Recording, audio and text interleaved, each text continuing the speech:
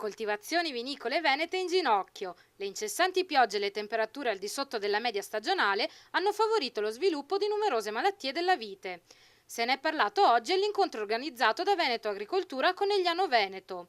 Durante la conferenza, numerosi esperti hanno fatto il punto sulla situazione attuale dei vigneti veneti, la cui raccolta sarà posticipata di 2 settimane.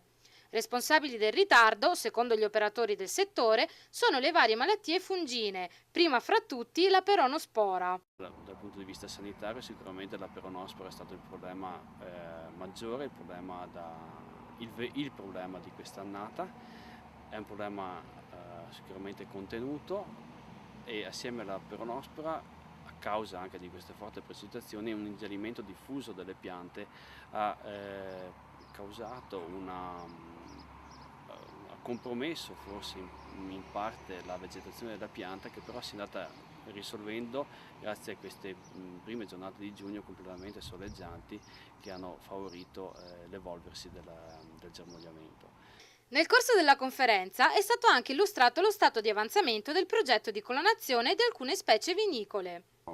Abbiamo parlato della selezione clonale, non spaventiamoci del nome, non ha niente a che fare con la biotecnologia, semplicemente la vite è una pianta che si può moltiplicare per talea, cioè per una parte di ramo, e come tale quando si identificano delle caratteristiche di una vite positive viene moltiplicata questa vite e si chiama clone, ma è una cosa completamente naturale.